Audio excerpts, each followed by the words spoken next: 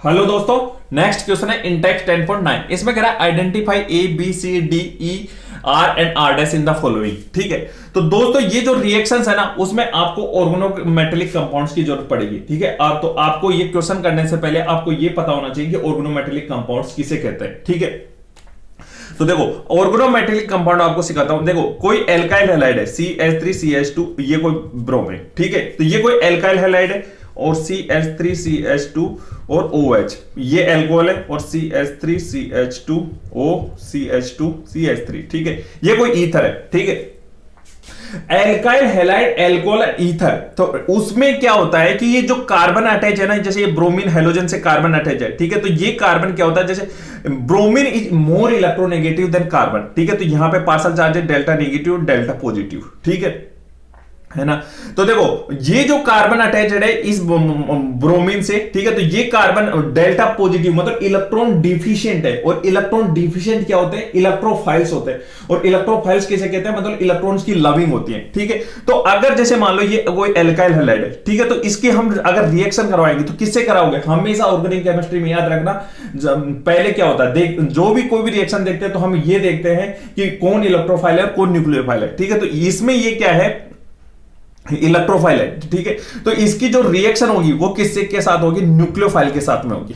Clear हो गया। ठीक है, ऐसे ही इसमें देखो यहां पे O oxygen is more electronegative than carbon, delta positive delta negative. ठीक है, तो यहां पे भी जो रिएक्शन होगी वो कैसे होगी, न्यूक्लियोफाइल से होगी।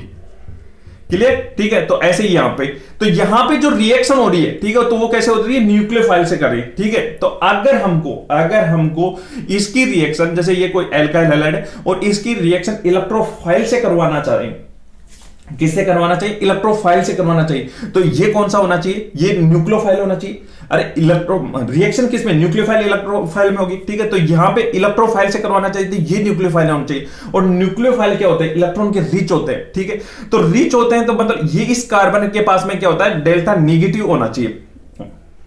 ठीक है, और यहां पे क्या होना चाहिए, डेल्टा पॉजिटिव। ठीक है, तो एक बच्चे ने ये बोला कि सर इस ब्रोमीन को हटा दो, है ना, और इस यहां पे कोई ऐसा एटम लगा दो जो लेस इलेक्ट्रोनेगेटिव देन कार्बन। ठीक है, तो वो कार्बन क्या करेगा, अपनी तरफ इलेक्ट्रॉन को वो खींचेगा। ठीक है, तो यहां पे क्या हो जाएगा, डेल्टा नेगेटिव डेल्टा पॉजिटिव। ठीक है ना, तो यहां पे जैसे मेटल्स होते हैं ना, तो उसमें क्या होता है कि metals is less electronegative than carbon. ठीक है, तो इसमें क्या होता है कि अगर यहां पे कोई मेटल लगा दे, ठीक है, जैसे मान लो ये मैग्नीशियम लगा दिया, Mg लगा दिया, कुछ भी लगा दिया। ठीक है, तो अब मैग्नीशियम देखो यहां पे CH3CH2, ठीक है, और MgBr। क्लियर। अब देखो ये magnesium is less electronegative than carbon. ठीक है, तो डेल्टा नेगेटिव डेल्टा पॉजिटिव।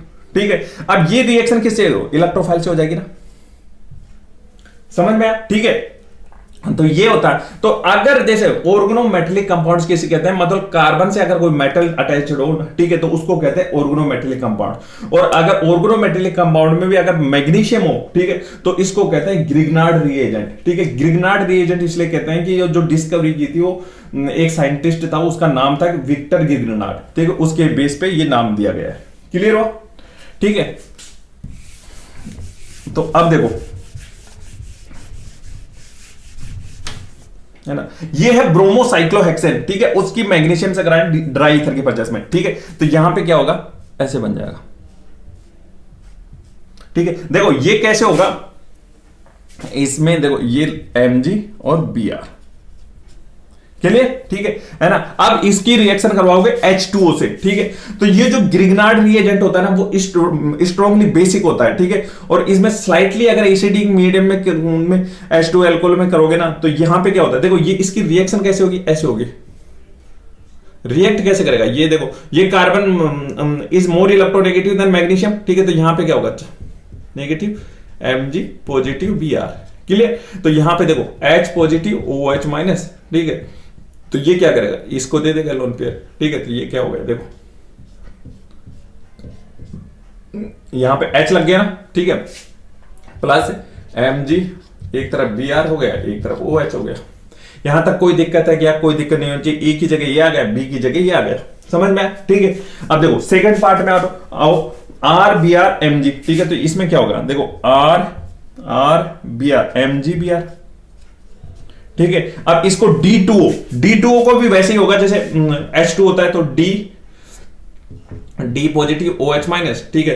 तो इसमें क्या होगा, देखो डी लग रहा है ना यहां पे, ठीक है। तो देखो ये हट के यहां पे इसकी जगह ये आ जाएगा, देखो R की जगह क्या होगा, CH3 CH MgBr, ठीक है, और ये होगा CH3, ठीक है। तो D2O से कराओगे यहां पे क्या आ जाएगा, D आ जाएगा, क्लियर है ना। अब इसमें देखो R MgBr आ रहा ना, तो ये यहां पे R की जगह क्या होगा, CH3 CH3, ठीक है, और ये हो गया Br, क्लियर। तो इसकी रिएक्शन कराओगे तो ये हो जाएगा MgBr, और फिर इससे कराओगे तो ये हो गया, क्लियर। और ये होती है वुड्स रिएक्शन, आपको पता ही है। R डैश में क्या होगा, देखो इसका हाफ हो जाएगा, मतलब वुड्स रिएक्शन में ऐड हो जाता है CH3 और X, R डैश पता लग गया, ठीक है। इसकी Mg से रिएक्शन कराओगे तो क्या होगा, देखो मैग्नीशियम से CH3 MgX, ठीक है, और H2O से तो यहां पे H लग जाएगा, CH3C, दिख रहा ना, CH3H, ठीक है, प्लस MgX, और ये आएगा OH। समझ में आया ना, ठीक है दोस्तों।